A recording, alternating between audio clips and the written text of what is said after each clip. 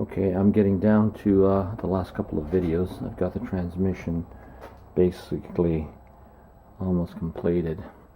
This video concerns this rear casing, the rear part of the transmission.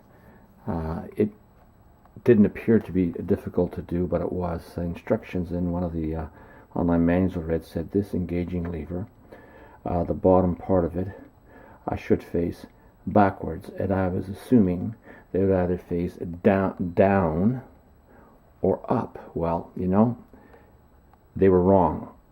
What you should do when you put this case on is put this lever basically in the center of this, where the lever points almost horizontally across, and then you just slightly lift this end about 5 degrees, and then you watch through that hole when you drop the cover down, and then when you see the engaging shift forks, you make sure that you move that lever and it pops into the slots of the 3 forks, which should all 3 be in neutral, and then you drop the rest of the cover down and it'll lock into place and you're good to go.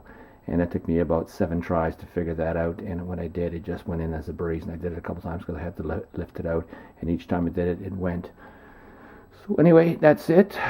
Next I'll be putting on the rear part of this. I think is the yoke support, whatever it is, and whatever springs and whatever goes on there. And yeah, and I'm getting ready to get the car on the road. I mean, it's May here now. So yeah, and then of course we get the shift lever and then whatever the housing for it on here. Anyway, it wasn't a bit of a challenge. I wouldn't say it was a bit of a challenge. It was at first a little bit daunting, but like I said, I rebuilt machinery, gearboxes, and cut gears before as a tool and mold maker, so I felt comfortable doing it. And you know what?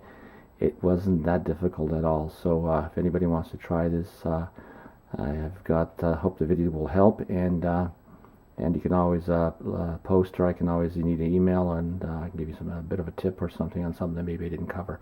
But anyway, there's one more video to go, and then I'll probably do a final one where I'll take the car for a spin, see if you have any noise, and I'll give you a video on that.